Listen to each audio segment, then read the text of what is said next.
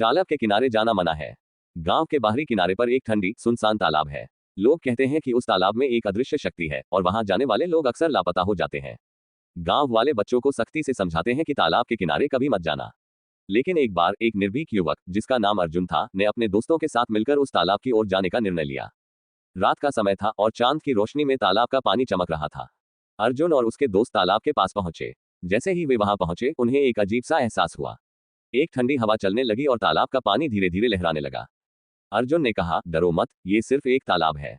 लेकिन उसके दोस्तों के चेहरे पर डर साफ नजर आ रहा था। फिर भी अर्जुन ने साहस दिखाते हुए तालाब के करीब जाकर देखा। अचानक उसे पानी में एक साया नजर आया। वह साया धीरे धीरे तालाब के किनारे की ओर बढ़ा। क्या तुम सबने ये देखा? अर्जुन ने चिल्लाया, लेकिन उसके दोस्तों ने भय के मारे अपनी आंखें बंद कर ली। उस साये ने अचानक एक भयंकर आवाज में कहा, यहां से भागो। अर्जुन की आंखों में डर के साथ साथ जिज्ञासा थी। उसने पूछा, तुम कौन हो? साया बोला, मैं उन लोगों का रोता हुआ आत्मा हूं जिन्होंने इस तालाब के पास अपने जीवन का अंत किया। मेरी आवाज सुनकर भागो, नहीं तो तुम भी मेरी तरह इस तालाब में समा जाएंगे। अर्जुन का दिल तेजी से धड़कने लगा। उसने समाज के बुजुर्गों की बातें याद की जिन्होंने बताया था कि तालाब के आसपास जाना मना था। अब वह समझ गया था कि इस तालाब में अनसुलझे रहस्य और खतरा छिपा हुआ है। उसने तुरंत अपने दोस्तों को पुकारा, चलो हमें यहाँ से जाना चाहिए।